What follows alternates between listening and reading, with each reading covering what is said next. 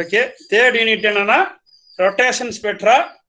Rotation spectrum எதை base பண்ணி work ஆகுதுன்னா மைக்ரோவேவ் பேஸ் பண்ணி இந்த ரொட்டேஷன் ஸ்பெக்ட்ரா ஒர்க் ஆகுது.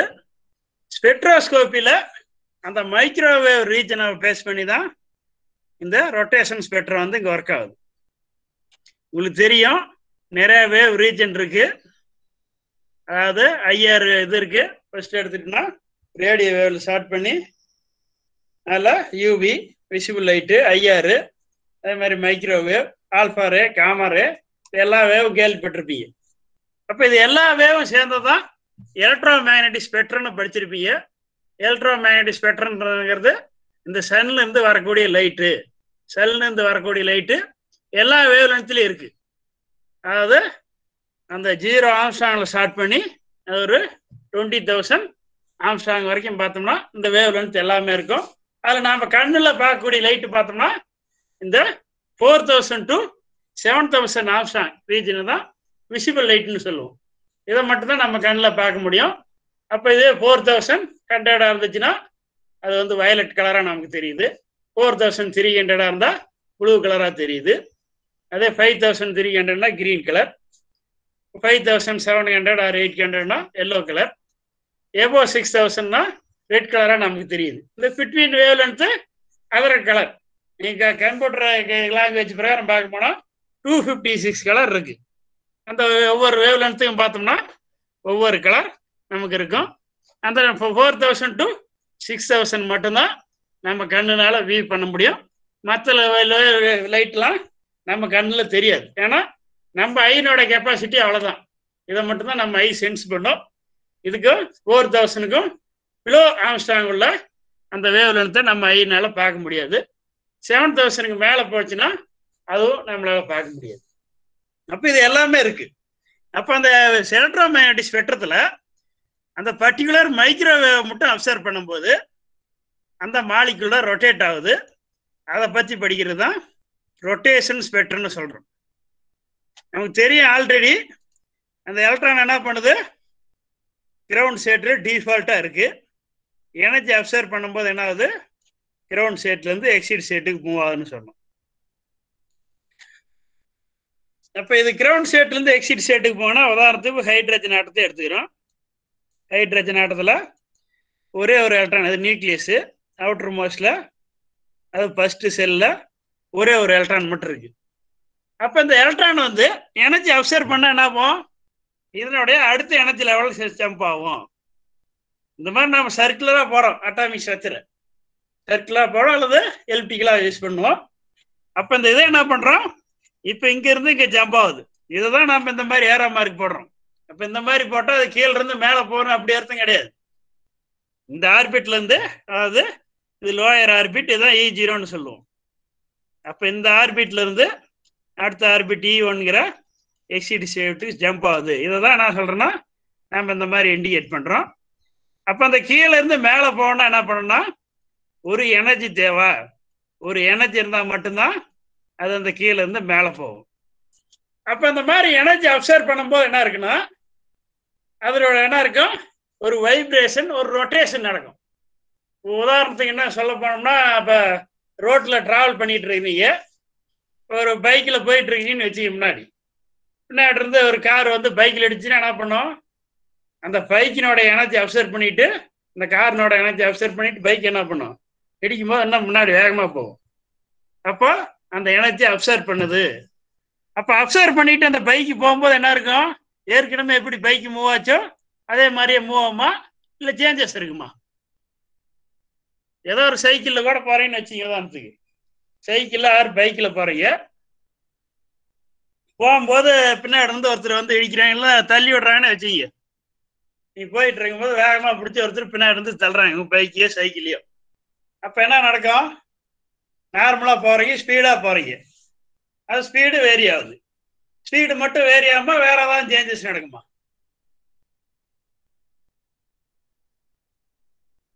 சிம்பிள் எக்ஸாம்பிள் தான் சொல்றேன் உங்களுக்கு.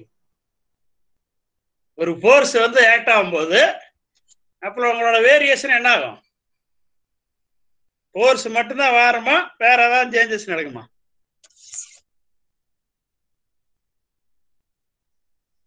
பின்னாடியே வந்து காரில் வந்து இடிக்குன்னு வச்சிங்களேன், காரை ஏதோ ஒன்று ஒரு பஸ்ஸை வந்து பின்னாடி தள்ளுதுன்னா இப்போ என்ன பண்ணும்? ஃபோர்ஸ் என்ன ஆகும்? ஆன்சர் பண்ணு பாப்பாரா? அதான் நீங்க ரியல் லைஃப்ல ஈஸ் ஒர்க் ஆகிறதா நான் கேட்குறேன் கொண்டு. இல்லை நடந்து போயிட்டு இருக்கிறவங்க கூட வச்சிங்க எக்ஸாம்பிள்.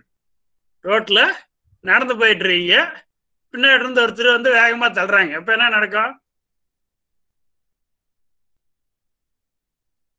சும்மா வாக் பண்ணி போயிட்டு இருக்கீங்க, பின்னாடி இருந்து ஒருத்தர் வந்து உங்களை வேகமாக பிடிச்சி தள்ளும் போது என்ன நடக்கும்?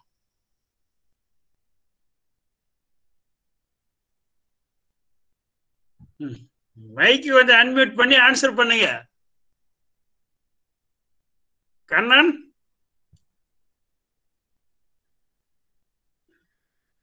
கண்ணன் இருக்கியா? கண்ணன், ஷர்மிளா,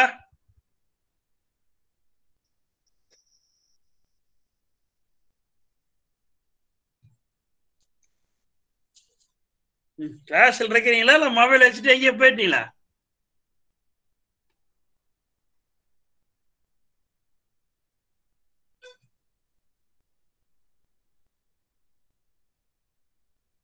ஐஸ்வர்யா இருக்கீங்களா கிளாஸ்ல?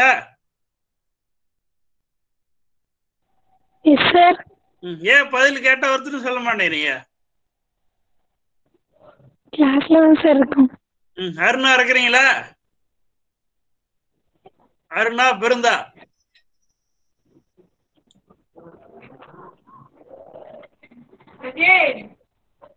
இங்க ரெண்டு பேர்த்தீங்க. லாவண்யா இருக்கேன் சார். லிசா? Yes sir. ஏன் கேட்டா ஒருத்தருமே ஆன்சர் பண்ண மாட்டேங்கிறீங்க? புனிதவதி?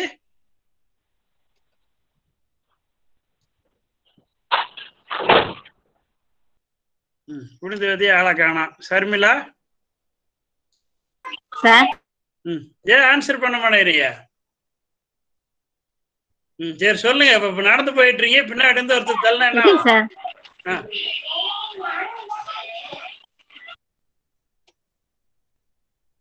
ரோட்ல வாக் பண்ணி போயிட்டு இருக்கீங்க, பின்னாடி இருந்து ஒருத்தர் உங்களை தள்ளனா என்ன நடக்கும்?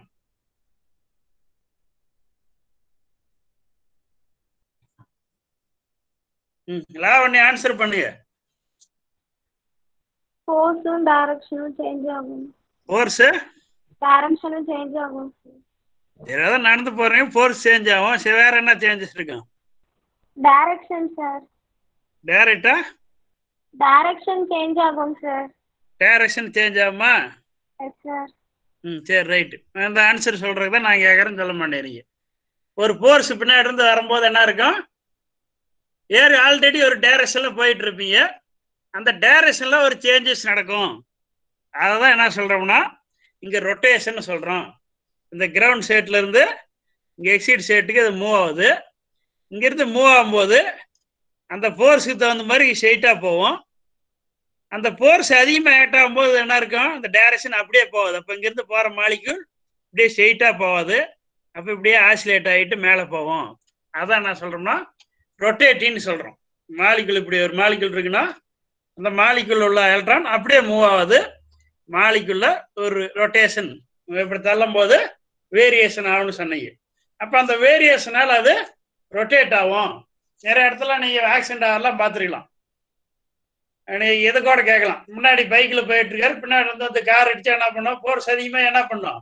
முன்னாடி இருக்க பைக் வேகமாக தானே போகணும், அப்படியே ஆக்சிடென்ட் ஆகி கீழே விழுறாங்க. ஏன்னா ரொட்டேட் ஆகுது. இன்னும் பெஸ்ட் எக்ஸாம்பிள் இதுதான். உங்களுக்கு நிறைய இடத்துல பார்த்துருப்பீங்க, பைக்கில் போயிட்டு பின்னாடி இருந்து ஏதாவது ஒரு வண்டி மோதுன்னு வச்சுக்க, அப்போ ஸ்ட்ரெயிட்டா போறவங்களை பிடிச்சாலும்னா அந்த ஃபோர்ஸ் ஸ்ட்ரெயிட்டா அப்ளை ஆகும்போது ஸ்ட்ரெயிட்டா மூவ் ஆகாத என்ன இருக்கு? ரொட்டேட் ஆகி ரோட்டரி சைட்ல கீழே வந்து விழுவாங்க. அப்ப என்ன இருக்கு? திரும்பதான் ஒரு டார்கி போர்ஸ்ன்னு சொல்றோம். அதான் நான் சொல்றேன்னா ரொட்டேஷன்.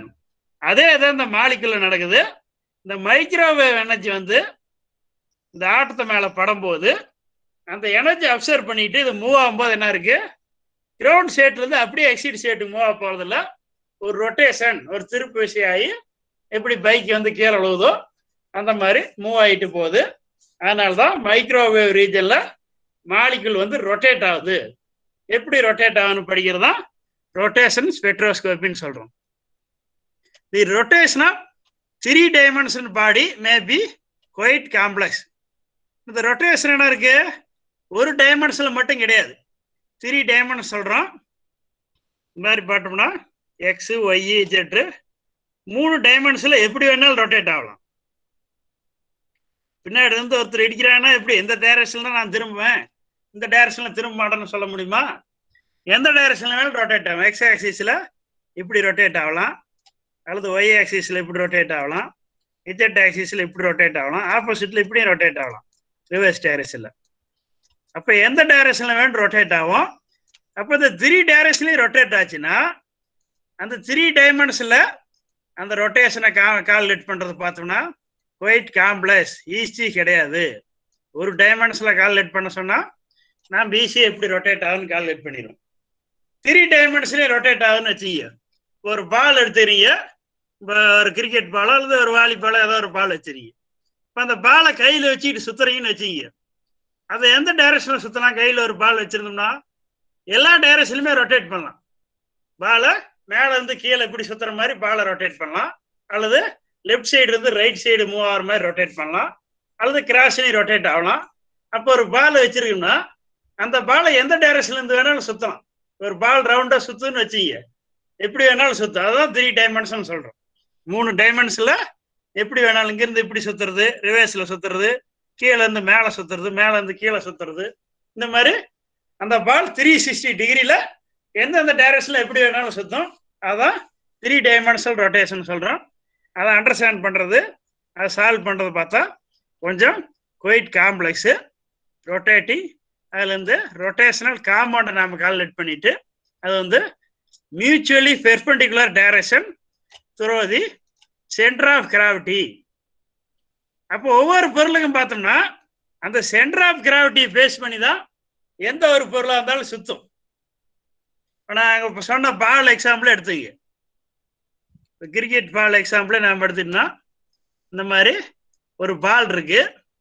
இந்த பால் எடுத்துட்டு உங்க கையில் என்ன பண்றீங்க, ஒரு ஃபிங்கரு இந்த பாலினுடைய மேல் சென்டர் பகுதி, இன்னொரு ஃபிங்கரை இந்த பாலினோட கீழ் சென்டர் பகுதியில் பிடிச்சிக்கிட்டு 2 விரல பாலில் பிடிச்சிக்கிறீங்க. வேற எந்த இடத்துலையும் உங்கள் விரல பால் டச் பண்ணாது. அதான் சென்டர் பாயிண்ட், அதான் சென்டர் ஆஃப் கிராவிட்டின்னு சொல்கிறோம். இந்த பாயிண்ட்ல வச்சுக்கிட்டோம்னா அதை என்ன பண்ணும், அந்த பால் ஈஸியாக ரொட்டேட் ஆகும். இன்னும் ஒரே ஒரு ஃபிங்கரை கொண்டு போனால் இன்னும் அக்யூரேட்டாக பண்ணால் என்ன பண்ணலாம், இந்த இடத்துல சென்டராக வைக்கிறோம். ஒரு பால்ல ஒரே ஒரு ஃபிங்கர்ல அந்த பாலை சென்டரா வச்சுட்டீங்கன்னா, ஒரே ஃபிங்கர்ல வச்சிங்கன்னா அந்த பால் ஈஸியா ரொட்டேட் ஆகும். நிறைய பேர் கையில ஒரே விரல வச்சு இன்னொரு ரோட்டர்லாம் சுத்திட்டு வரீங்க.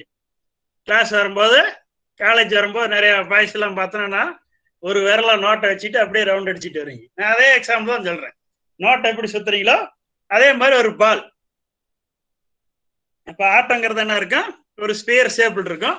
அப்ப அதே ஷேப்ல இந்த சென்டர் ஆஃப் கிராவிட்டி பேஸ் பண்ணி ரொட்டேட் ஆகும்போது பார்த்தோம்னா அது என்ன, மியூச்சுவலி பெர்பெண்டிகுலர் டைரக்ஷன்ல என்னோட ரொட்டேஷன் இருக்கும். அந்த சென்டர் ஆஃப் கிராவிட்டி பேஸ் பண்ணி தான் அதோட ரொட்டேஷன் இருக்கும். Thus a body has 3 principal moment of inertia. அப்ப இந்த moment of inertia கால்குலேட் பண்ணும்போது 3 moment of inertia வந்து இதுல பாசிபிள். அதுல வந்து IA, IB and IC. அப்ப 3 பிரின்சிபல் ஆஃப் மொமெண்டா என்ன சொல்றோம்னா, அப்ப எக்ஸ் ஆக்சிஸ் ஒன்று சொல்றோம், ஒய் ஆக்சிஸ், இஜெட் ஆக்சிஸ் சொல்றோம். அப்ப எந்த டைரக்ஷன்ல எந்த அளவுக்கு ரொட்டேட் ஆகுது. இந்த பால் இங்கிருந்து சுத்தணும்னா இங்க லெஃப்ட் டு ரைட் இப்படி சுத்தலாம், இங்கிருந்து அதே மாதிரி ரிவர்ஸ்ல இப்படியும் சுத்தலாம், அல்லது என்ன பண்ணலாம் இங்கிருந்து இப்படியும் போகலாம், இப்படியும் போகலாம், எப்படி வேணாலும் சுத்தலாம். அப்ப எந்த டைரக்ஷன்ல எவ்வளவு ரொட்டேட் ஆகுதோ அதுக்கு தகுந்த மாதிரி என்ன பண்ணா அந்த ஒரு டைரக்ஷன்ல ஐஏன்னு ஒரு எக்ஸ் ஆக்சிஸ் ஐஏன்னு வச்சுக்கிட்டோம்னா ஒய் ஆக்சிஸ் வந்து ஐபி, இஜெட் ஆக்சிஸ் வந்து ஐசின்னு வச்சுக்கிறோம். The molecule may be classified into groups according the relative value of their 3 principal moment of inertia. அப்போ அதனோட 3 principal of moment of inertia base பண்ணி தான் அது இருக்கு. அதாவது ஐஏ, ஐபி, ஐசின்னு சொல்றோம். தென் டேண்டாமஸ் classifying them according their shape. அதனுடைய ஷேப்பை பொறுத்து இந்த 3 principal of moment of base பண்ணி இது இருக்கு. We shall describe their classification here before discussing the detail of rotation spectra arising from each group. அப்ப அந்த கிளாசிபிகேஷன் நாம எப்படி பிரிக்கிறோம்னா, அது என்ன, அந்த ரொட்டேஷன் ஸ்பெக்ட்ரா என்ன பண்றோம்னா ஒவ்வொரு குரூப்லயும் எப்படி ரொட்டேட் ஆகுது, ஒவ்வொரு குரூப்புங்க எதுனா அந்த 2-3 மாலிகுல் 2-3 ஆட்டம் ஒன்னா ஃபார்ம் ஆகி மாலிகுலா ஃபார்ம் ஆகுது. அந்த மாலிகுலை பேஸ் பண்ணி அதை வந்து டிஃப்ரெண்ட் குரூப்பா நாம ஃபார்ம் பண்ணி பிரிக்கணும். இதுல ஃபர்ஸ்ட் எடுத்துக்கிட்டா லீனியர் மாலிகுல்னு சொல்லணும். லீனியர் மாலிகுல்னா ஸ்ட்ரெயிட் லைன் இருக்கணும். ஸ்ட்ரெயிட் லைன் இருக்கிறது லீனியர் மாலிகுல்னு சொல்லுவோம். Atom are arrange in straight line, ஒரே ஒரு லைன்ல ஆட்டம் அரேஞ்ச் ஆயிருந்ததுன்னா அதை வந்து லீனியர் மாலிகுல்னு சொல்லுவோம். எக்ஸாம்பிள் சொன்னோம்னா HCl சொல்லலாம். அதே மாதிரி கார்பன் ஆக்சிசல்பேட் OCS, அதே மாதிரி கார்பன் டை ஆக்சைடு CO2, இது எல்லாமே எடுத்துக்கிட்டோம்னா லீனியர் மாலிகுல் தான். அப்ப இந்த லீனியர் மாலிகுலர் ரொட்டேஷன் எடுத்துக்கிட்டோம்னா இந்த 3 டைமென்ஷனல் ரொட்டேஷன், அதோட ரொட்டேஷன் பார்த்தோம்னா 3 டைமென்ஷனல் இருக்கும்.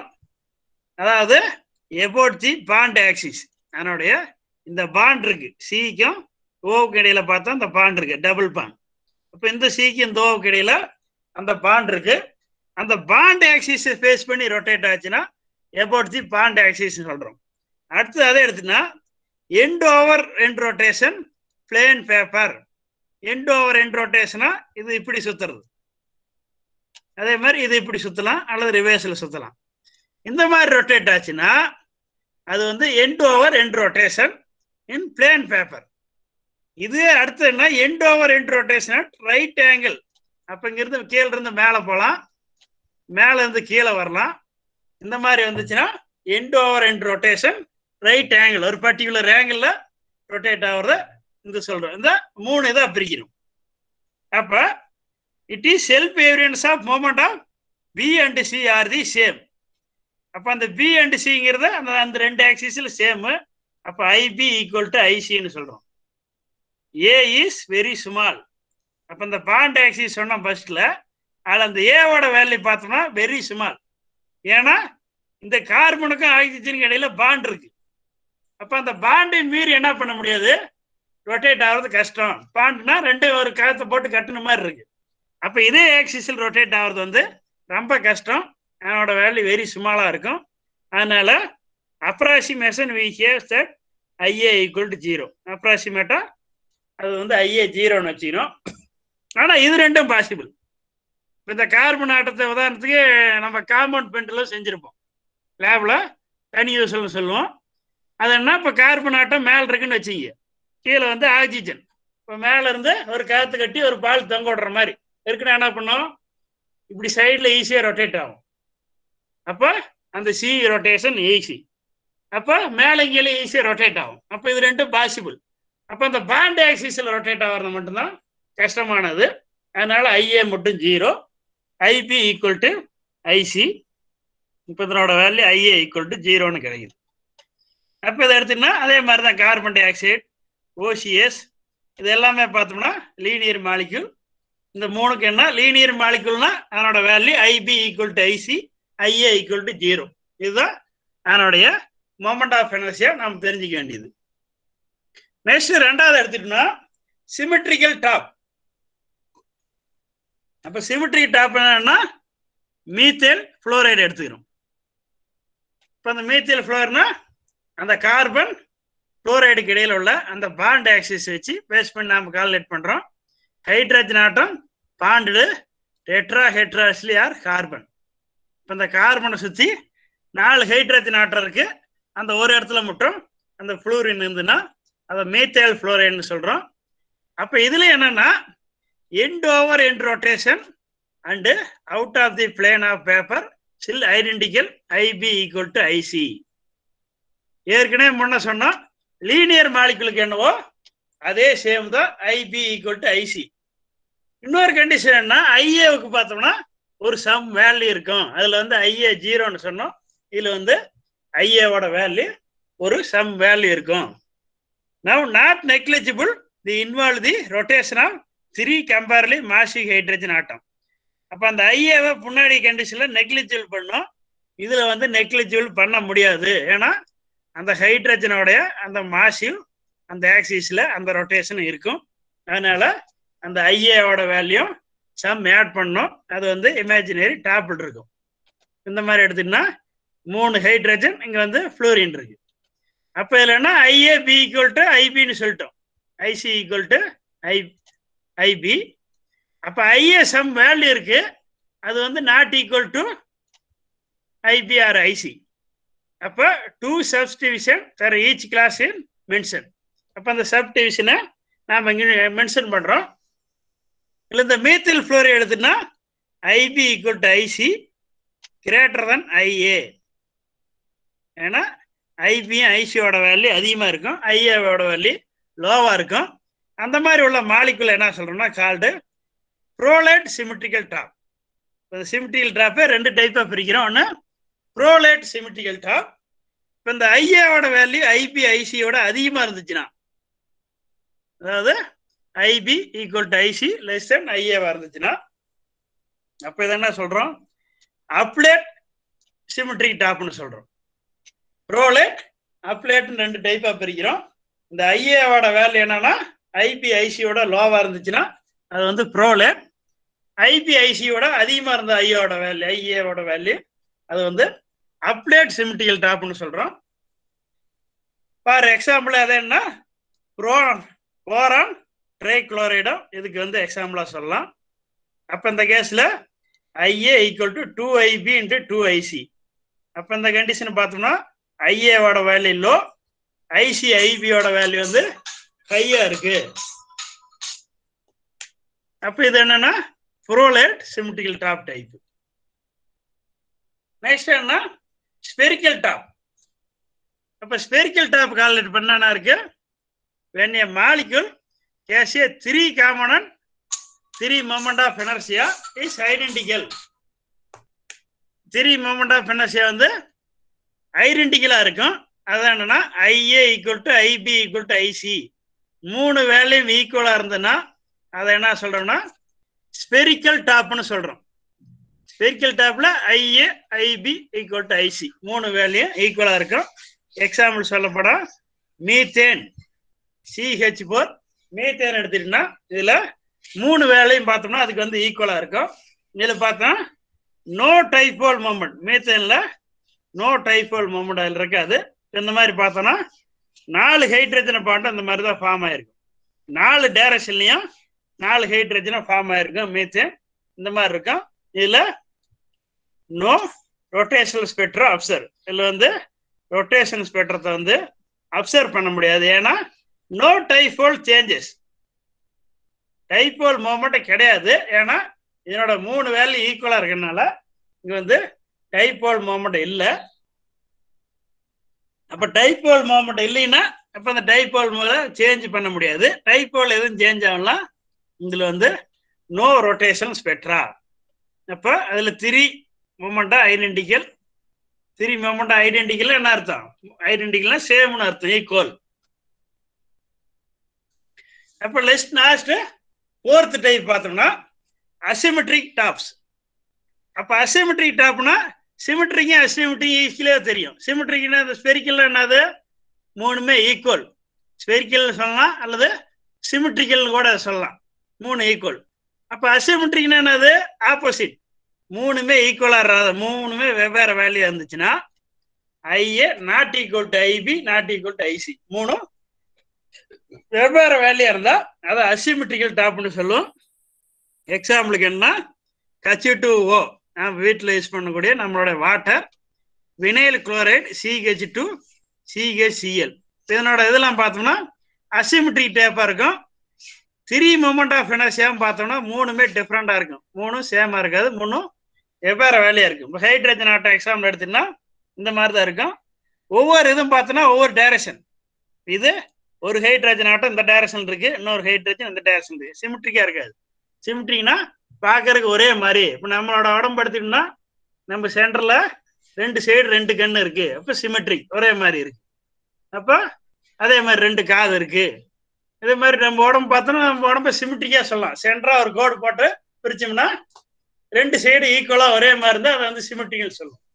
அப்போ இந்த ஹைட்ரஜன் H2 வாட்டர் பார்த்து நீங்கள் எப்படி சென்டராக கோடு போட்டு பிரித்தாலும் இது ரெண்டு சைடு ஈக்குவலாக இருக்காது. ஏன்னா இந்த டைரக்ஷனில் ஒன்று இங்கே ஒன்று இருக்கும். இன்னொரு ஹைட்ரஜனுக்கு பார்த்தா ஒரு ஹைட்ரஜன் ஆட்டம் இங்கே இருக்கும், இன்னொரு ஹைட்ரஜன் ஆட்டம் இங்கே இருக்கும். ஒரே மாதிரி இருக்காது, சிமெட்ரிக் கிடையாது. அதனால அசிமெட்ரிக்னு சொல்கிறோம். வெவ்வேறு மாதிரி உள்ள ஸ்ட்ரக்சரில் உள்ளது. இதில் IA not equal to IB not equal to IC value அதில் இருக்கும். அப்போ பிரிக்க it should be point out that one can and often describe the classification of molecule into 4 rotation class. அப்போ இந்த ரொட்டேஷன் ஆஃப் மாலிகுல் என்ன 4 rotation கிளாஸை நாம் பிரிக்கிறோம். நான் இப்போ இதை முடிச்சுட்டு அடுத்து அனிமேஷனை காட்டுவேன் எப்படி ரொட்டேஷன் ஆகுன்னு. நீங்கள் பார்த்து ஒவ்வொரு வேலையும் இப்போ என்ன ரொட்டேஷன் சொல்கிறீங்க. In fair more rigorous term can been used above. அப்போ இந்த 4 டேர்மை என்ன பிரித்து நான் மோர் ரெகரஸ் டேர்மில் என்னோட வேல்யூயை நாம் கால்குலேட் பண்ணுறோம். For example Herzberg molecular spectra and molecular ஸ்ட்ரக்சரை அதுக்கு வந்து எக்ஸாம்பிள் சொல்கிறோம். However for the purpose of the above description is அடிக்வேட்டட்.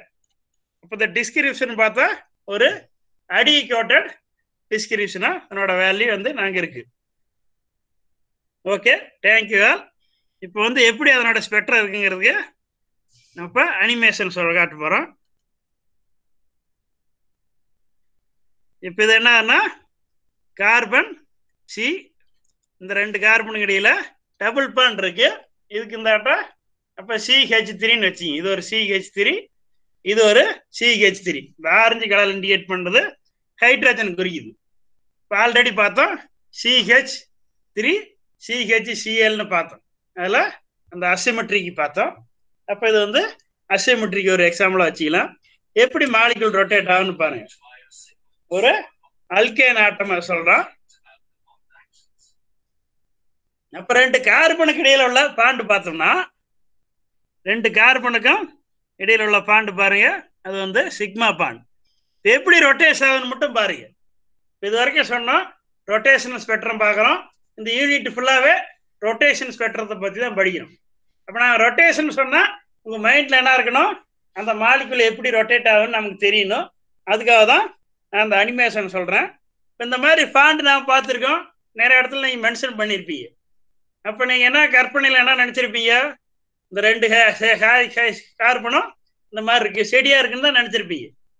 கார்பனும் செடியாக தான் இருக்குது, ஹைட்ரஜன் செடியாக தான் இருக்குது. ஆனால் ரியலில் வந்து அப்படி கிடையாது.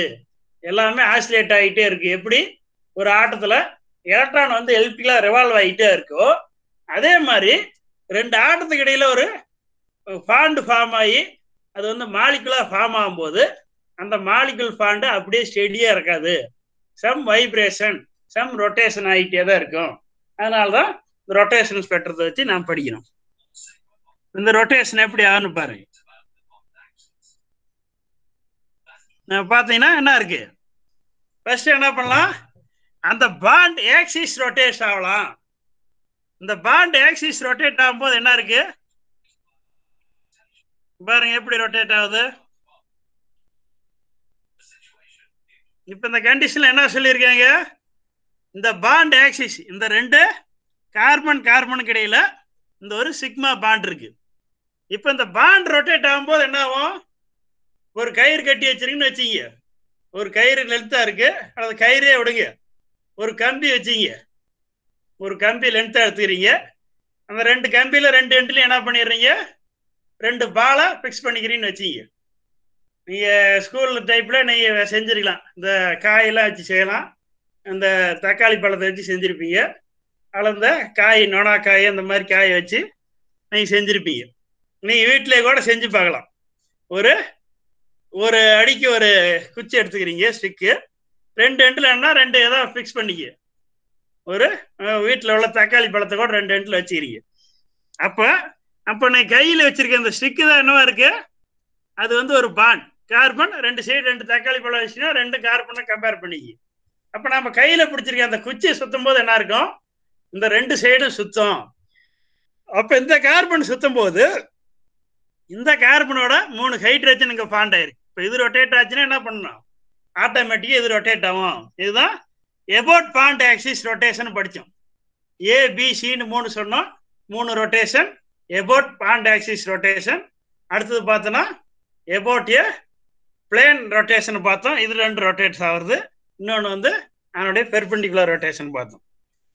இந்த பாருங்க, இந்த சென்டர்ல உள்ள பாண்ட் ரொட்டேட் ஆகும்போது இந்த மாதிரி ரொட்டேட் ஆகுது. இப்ப இந்த ஆல்கைல் ஆட்டத்தில் பார்த்தோம்னா இந்த மாதிரி தான் ரொட்டேஷன் நடக்குது.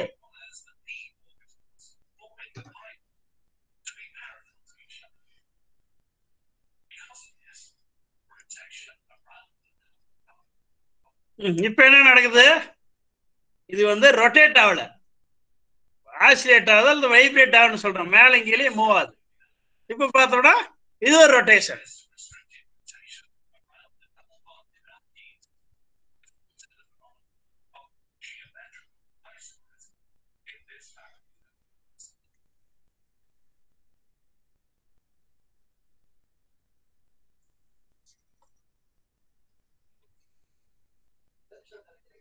இப்ப இந்த வேவ் சொன்னேன், எலக்ட்ரோ மேக்னெட்டிக் ஸ்பெக்ட்ரம் சொன்னேன். அதில் எடுத்துட்டுனா என்ன இருக்கு? இந்த மாதிரி எக்ஸ்ரே இருக்கு, யூவி லைட் இருக்கு. இங்க இந்த யூவிக்கும் ஐஆருக்கு இடையில தான் நம்மளோட விசிபிள் லைட் இந்த இடத்துல பார்க்கக்கூடியது. IR spectrum, microwave spectrum, radio wave spectrum, அதுக்கப்புறம் ஆல்பா வேவ், காமா வேவ் இருக்கு. அப்ப எந்த ரே வரும்போது அங்க பார்ட்டிகள் என்ன ஆகுதுன்னு பாருங்க. ஒவ்வொரு இதையும் பறிச்சு இங்க என்ன இருக்கு? எக்ஸ்ரே அப்ளை ஆகும்போது என்ன இருக்கு? அந்த எனர்ஜி அப்சர்வ் பண்ணும்போது அந்த எலக்ட்ரான் மூவ் ஆகுது. ஒவ்வொரு இதை பாருங்க, நான் திரும்ப கூட ரிப்பீட் பண்றேன். எக்ஸ்ரே அப்சர்வ் பண்ணும்போது என்ன இருக்கும்? நீங்க ஆல்ரெடி படிப்பீங்க, சாலிட் ஸ்டேட் பிசிக்ஸ்ல கூட அந்த எக்ஸ்ரே பத்தி படிப்பீங்க. அப்ப எக்ஸ்ரே வரும்போது என்ன இருக்கு? அந்த எக்ஸ்ரே அப்சர்வ் ஆகும்போது இந்த மாதிரி அந்த எலக்ட்ரான் மட்டும்தான் ஒரு எனர்ஜி லெவல்ல இருந்து இன்னொரு எனர்ஜி லெவலுக்கு போகுது, வேற எதுவும் சேஞ்சஸ் நடக்கல. அதே மாதிரி யூவி லைட் அப்ளை பண்ணும்போது என்ன இருக்கு? அந்த எலக்ட்ரானோடைய யூவி லைட் அப்ளை பண்றோம். அப்ப அந்த எலக்ட்ரான் என்ன பண்ணுது? அதுல இருந்து எனர்ஜி எமிட் பண்ணுது. இப்ப ஐஆர் ஸ்பெக்ட்ரம் எடுத்துறோம், இன்ஃப்ராரெட் ஸ்பெக்ட்ரம் சொல்றோம். இன்ஃப்ராரெட் ஸ்பெக்ட்ரம் சொல்லும் போது இந்த மாலிகுல் ஸ்ட்ரென்த் மாறுது பாருங்க. ஏற்கனவே இது வந்து வாட்டர் மாலிகுல் வச்சுங்க, இது ஹைட்ரஜன், இந்த ஆக்சிஜன், 2 சைடு 2 ஹைட்ரஜன் இருக்குன்னா, அப்ப இந்த இன்ஃப்ராரெட் அப்ளை பண்ணும்போது என்ன? வைப்ரேஷன் ஸ்பெக்ட்ரோஸ்கோப்பின்னு சொல்லுவோம். அடுத்து நாம் படிப்போம். இப்போ ரொட்டேஷனல் ஸ்பெக்ட்ரம் முடிச்சுட்டு அதுக்கு அடுத்தது வைப்ரேஷன் படிப்போம். இன்ஃப்ராரெட் அப்ளை பண்ணும்போது இந்த மாதிரி வைப்ரேட் பாண்ட் லென்த் பார்த்தீங்கன்னா இன்க்ரீஸ் ஆகிட்டே இருக்கும், இந்த மாதிரி மாறுது ஐஆர் லைட் யூஸ் பண்ணும்போது. அப்போ இதான் எஃப்டிஆர் ஸ்பெக்ட்ரத்தில் இந்த மாதிரி நம்ம கிராஃப் மென்ஷன் பண்ணுவோம். இப்போ நாம் பார்க்கக்கூடியது என்ன? மைக்ரோவேவ். அந்த 3rd யூனிட்ல அதை பற்றி படிக்க போறோம்னா மைக்ரோவேவ் அப்ளை பண்ணும்போது எப்படி ரொட்டேட் ஆகுது. இந்த மைக்ரோவேவுக்கு எக்ஸாம்பிள் என்ன? Microwave oven. நிறைய இடத்துல பார்த்துருப்பீங்க, ஓவன் பார்த்துருப்பீங்க, மைக்ரோவேவ் ஓவன். அந்த மைக்ரோவேவ் ஓவன்ல எப்படி ஹீட் ஆகுதுன்னா இந்த மைக்ரோவேவ் பேஸ் பண்ணி தான் ஹீட் ஆகுது. அதுக்காக தான் மைக்ரோவேவ் இண்டிகேட் பண்றதுக்காக ஓவனுக்குள்ள உள்ள மாதிரி வச்சிருக்காங்க. பாருங்க, இது வந்து ரொட்டேட் ஆகிட்டு இருக்கு. இதுக்கு டிஃபரெண்ட் இருக்கு. இது என்னது? Vibrate. IR infrared light apply பண்ணும்போது அந்த மாலிகுல் வைப்ரேட் ஆகுது. வைப்ரேஷன் வேற, ரொட்டேஷன் வேற. வைப்ரேஷனா ஒரு ஆடுறது, ஆசிலேட் ஆடுறத வைப்ரேஷன் சொல்லுவோம். இது அப்ப இந்த மாதிரி ஸ்பெக்ட்ரம் நமக்கு கிடைக்குது. அப்ப இங்க என்ன பாருங்க, ரொட்டேட் ஆகிட்டு இருக்கு. ரொட்டேட்னா சுத்துறது, ஒரு பர்டிகுலர் ஆக்சிஸ்ல பர்டிகுலர் டிகிரி ரொட்டேட் ஆகுது. மைக்ரோவேவ் அப்ளை பண்ணும்போது இந்த மாதிரி தான் நடக்கும். அதான் முன்னாடி வீடியோல கூட பார்த்தோம், இந்த மாதிரி ரொட்டேஷன் நடக்குது. இப்ப ரேடியோ வேவ் அப்ளை பண்ணும்போது என்ன இருக்கும்? இந்த மாதிரி அந்த மேக்னெட்டிக் ஃபீல்டு உருவாகும். அது என்எம்ஆர் ஸ்பெக்ட்ரோஸ்கோப்பின்னு படிக்கும். நீ சாலிட் ஸ்டேட்ல கூட படிப்பீங்க என்எம்ஆர் ஸ்பெக்ட்ரோஸ்கோப்பி. அடுத்து நெக்ஸ்ட் செம்ல நானோ டெக்னாலஜி படிக்கும்போது இந்த ஸ்பெக்ட்ரோஸ்கோப்பி நான் டீட்டெயிலாகவும் படிப்பீங்க. அதே மாதிரி மாஸ் ஸ்பெக்ட்ரோஸ்கோப்பி, அந்த ஒரு ஆட்டத்தோடைய மாஸ் எவ்வளோன்னு கால்குலேட் பண்றதுக்கு அந்த மாஸ் ஸ்பெக்ட்ரோஸ்கோப்பியில பார்த்தோம்னா இந்த மாதிரி நம்ம கிராஃப் வரும். அதை பேஸ் பண்ணி அதோடைய மாஸையும் நம்ம டிடெக்ட் பண்ணலாம்.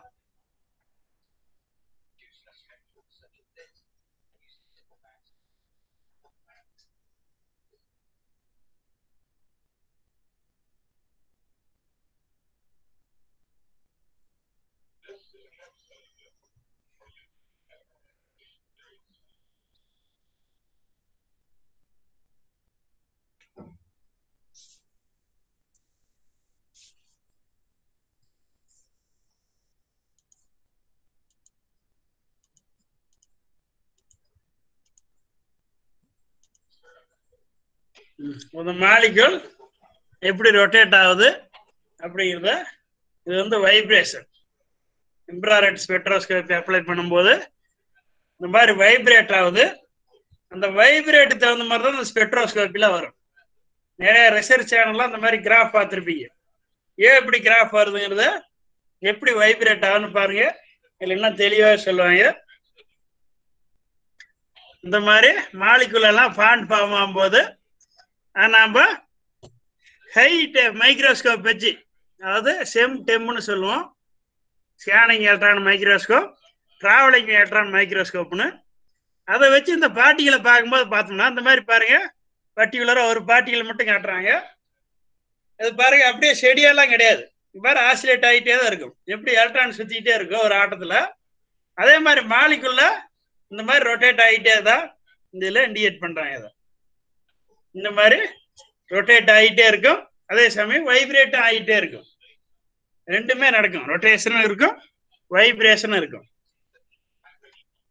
இந்த மாதிரிதான் அந்த ஆட்டத்துக்குள்ள அந்த சேஞ்சஸ் நடந்துகிட்டே இருக்கும், செடியா இருக்கவே இருக்காது. இந்த மாதிரி வேரியேஷன் ஆகிட்டே தான் இருக்கும். எனி மாலிகுல், எந்த மாலிகுலும் ஒவ்வொரு மாலிகுலுக்கும் ஒரு பர்டிகுலர் கேரக்டர் இருக்கு. அந்த மாலிகுலோட கேரக்டருக்கு தகுந்த மாதிரி தான் அதனுடைய வைப்ரேஷன் ரொட்டேஷன் இருக்கு. எல்லா மாலிகுலும் சேமா இருக்காது.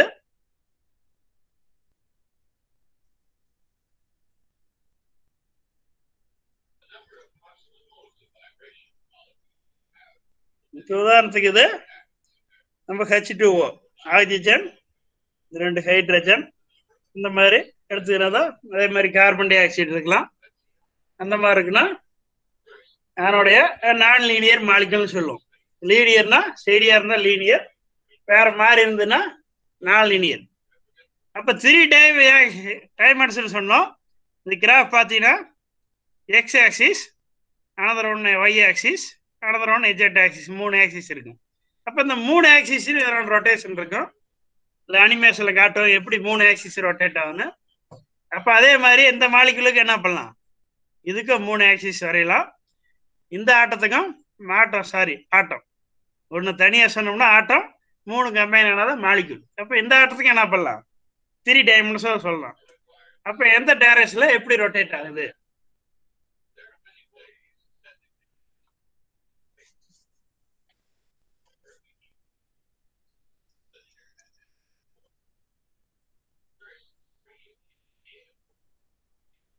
எக்ஸ் ஒய் இஜெட், அதான் ஐஏ ஐபி ஐசின்னு தான் சொல்றோம். எந்த டைரக்ஷன்ல எப்படி ரொட்டேட் ஆகணும். அப்ப இதுன்னா அந்த சென்டர் ஆஃப் கிராவிட்டி, அந்த சென்டரை பேஸ் பண்ணி இப்ப எப்படி ரொட்டேட் ஆகுது. இந்த டைரக்ஷன்ல சொன்னோம். திரும்ப பேக்கோட வர்றேன். இந்த டைரக்ஷன் வச்சுக்கிறோம். இந்த டைரக்ஷனா இஜெட் ஆக்சிஸ், ஏதோ ஒரு ஆக்சிஸ் அல்லது ஒய் ஆக்சிஸ், இந்த டைரக்ஷன்ல வச்சுக்கிறோம். இந்த டைரக்ஷன்ல மையமா வச்சுக்கிட்டா இப்ப எப்படி ரொட்டேட் ஆகும், இதை மையமா வச்சுட்டு ரொட்டேட் ஆகும்போது இப்படி உள்ளது மாலிகுல் இப்படி ரொட்டேட் திரும்புது ஒரு பர்டிகுலர் ஆங்கிள். அப்ப இப்படி ரொட்டேட் ஆகலாம், அது செகண்ட் ஆக்சிஸ். இப்படி ரொட்டேட் ஆகுறது தேர்ட் ஆக்சிஸ். அப்ப எக்ஸ் ஒய் இஜெட்னு 3 ஆக்சிஸ்லயும் இந்த மாலிகுல் ரொட்டேட் ஆகலாம். சரி, இந்த 3 டைரக்ஷன், ஒரு டைரக்ஷன், அனதர் டைரக்ஷன், இப்படி மேலே கீழையும் போறது தேர்ட் டைரக்ஷன். அப்ப 3 ஆக்சிஸ்லயும் இந்த மாலிகுல் ரொட்டேட் ஆகுது.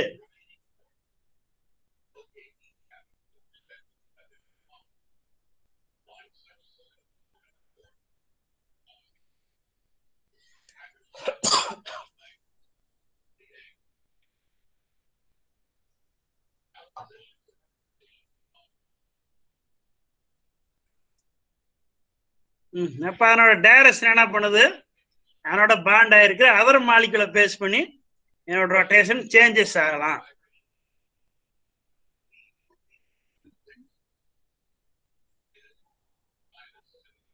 பாருங்க, மாலிகுல் ஆசிலேட் ஆகிட்டே இருக்கு, ரொட்டேட் ஆகிட்டே இருக்கு.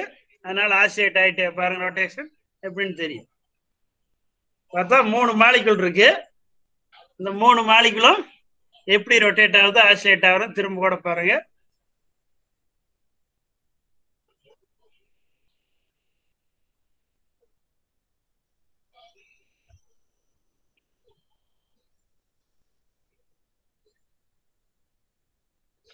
ஸோ 3 மாலிகுல் ரொட்டேஷன் இருக்கு. இப்போ இந்த 3 என்ன பண்றாங்க, ஸ்பிளிட் பண்ணும்போது எப்படி ஆசிலேட் ஆகிட்டு இருக்கு. வேற 3ஆ பிரிக்கும் போது இந்த மாதிரி இது ஒரு வைப்ரேஷன், இது ஒரு வைப்ரேஷன், இது ஒரு வைப்ரேஷன் ரொட்டேஷன். இப்போ 3n - 6 பாசிபிலிட்டி இருக்கு இந்த மாதிரி ரொட்டேட் ஆகிறதுக்கு, வைப்ரேட் ஆகிறதுக்கு.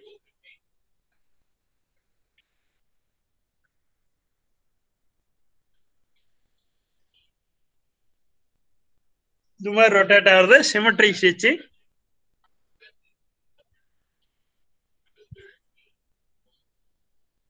இது வந்து பெண்டின்னு சொல்லுவோம். சிமெட்ரி, இந்த அசிமெட்ரி, இது வந்து பெண்டி. இப்போ இந்த 3 பாசிபிலிட்டியில இந்த ஆட்டம் மாலிகுல், அதாவது வாட்டர். நம்ம எக்ஸாம்பிள் பார்த்தா ஹைட்ரஜன் ஆக்சைடு H2O சொல்றோம். இப்போ linear molecule carbon di oxide பார்த்தோம். அதில் 3n - 5 ரொட்டேஷன் பாசிபிள்.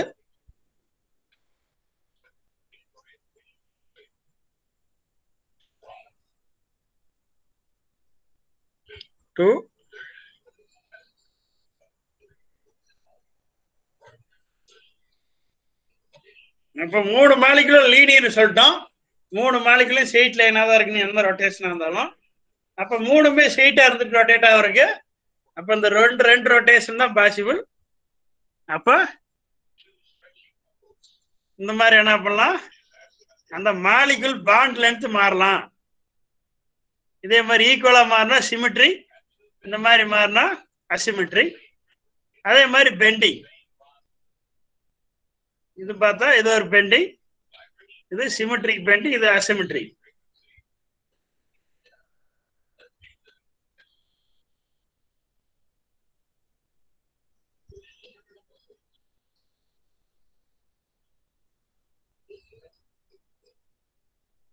இந்த மாதிரி பார்த்தோன்னா இந்த மாதிரி எலிப்டிகலாகவும் இந்த மாதிரி ரொட்டேட் ஆகிட்டு இருக்கும். மீத்தேன் பார்த்தோம், CH4 மீத்தேன் பார்த்தோம். ஒரு கார்பன் 4 ஹைட்ரஜன், அது எப்படி ரொட்டேட் ஆகுதுன்னு பாருங்க. இது ஒரு மோட்.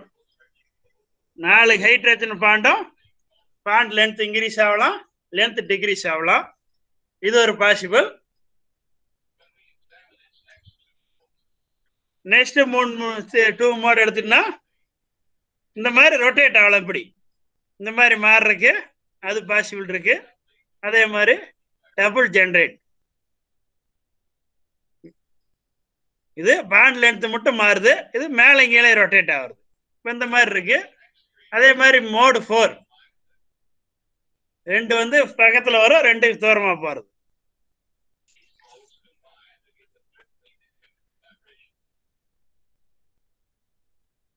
இந்த மாதிரி வைப்ரேட், ரொட்டேட்டர் எல்லாம் சேர்ந்து கம்பைன் ஆகுது.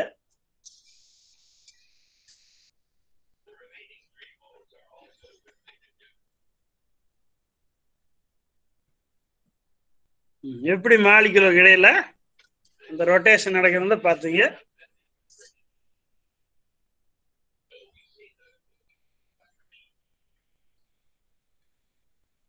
அப்போ ஒரு இது பார்த்தீங்கன்னா பாண்ட் லென்த் இன்க்ரீஸ் ஆகுது, ஒரு இது ரொட்டேட் ஆகுது. இப்போ இதெல்லாம் எவ்வளோ பாசிபிலிட்டி இருக்கு.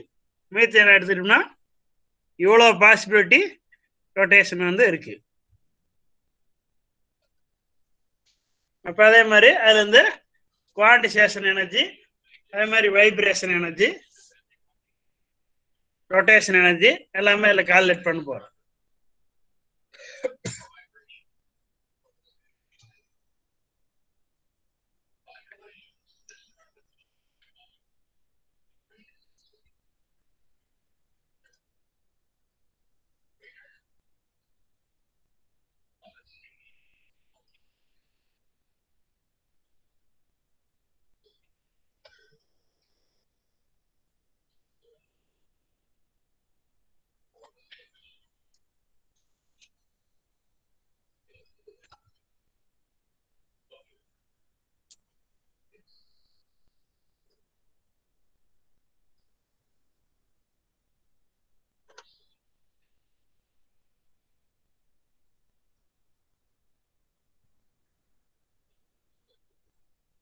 ரியலா எல்லா மாலிகுலும் இப்படிதான் இருக்கு. நம்மளோட உடம்புல என்ன இருக்கு, செல்லுன்னு சொல்லுவோம் பயாலஜிக்கலா பார்க்கும்போது. அது இன்னும் டீட்டெயிலா இன்னும் மைக்ரோஸ்கோப் வச்சு டீப்பா பார்க்கும்போது அந்த செல்லே பல ஆட்டத்தால் ஆனதான் செல்லுன்னு சொல்றோம். நம்ம உடம்புல உள்ள ஆட்டம் மாலிகுல் எல்லாமே பார்த்தோம்னா இந்த மாதிரி வைப்ரேட் அண்ட் ரொட்டேஷன் ஆகிட்டே தான் இருக்கும்.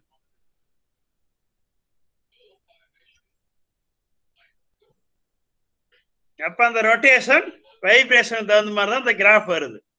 FTIR ஸ்பெக்ட்ரா எடுப்போம், UV ஸ்பெக்ட்ரா எடுப்போம், இந்த மாதிரி கிராஃப் வரும். அப்ப அதனுடைய எந்த அளவுக்கு ரொட்டேட் ஆகுதோ அதுக்கு தகுந்த மாதிரி அதனுடைய இந்த பீக் வரும். இந்த மாதிரி மாறுறதுதான் பீக்னு சொல்லுவோம். அப்ப அதனுடைய ஃப்ரீக்வன்சி ஒவ்வொரு ஆட்டம் பார்த்தா அந்த பர்டிகுலர் ஃப்ரீக்வன்சில அதனோட ரொட்டேஷன் வைப்ரேஷன் அதிகமா வரும். இப்ப அமைடுனா இந்த வேவ் லென்த்ல அதனோட ரொட்டேஷன் எனர்ஜி அதிகமா இருக்கும். அதே மாதிரி HNCHனா அப்ப அதனோட ரொட்டேஷன் எனர்ஜி வச்சு அதுல என்ன மாலிகுல் என்ன காம்பவுண்ட் இருக்குங்கிறத இந்த ஸ்பெக்ட்ரத்தை வச்சு நாம அனலைஸ் பண்ணுவோம். அதுக்குதான் அந்த ரொட்டேஷன் ஸ்பெக்ட்ரம் யூஸ் ஆகும்.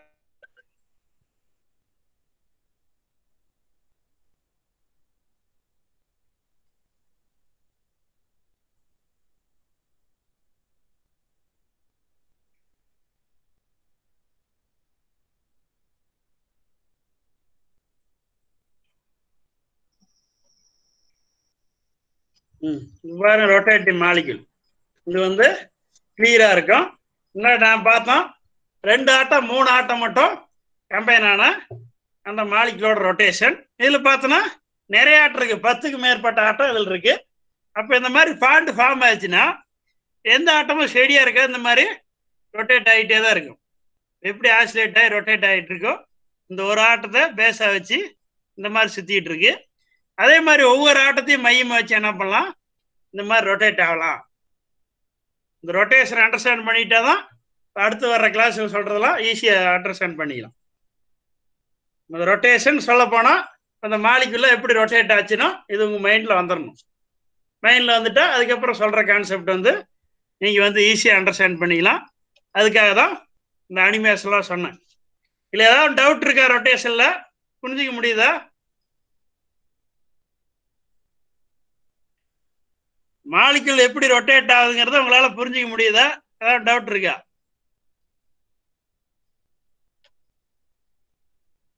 ஐஸ்வர்யா புரிஞ்சுக்க முடியுதா உங்களால? Yes sir.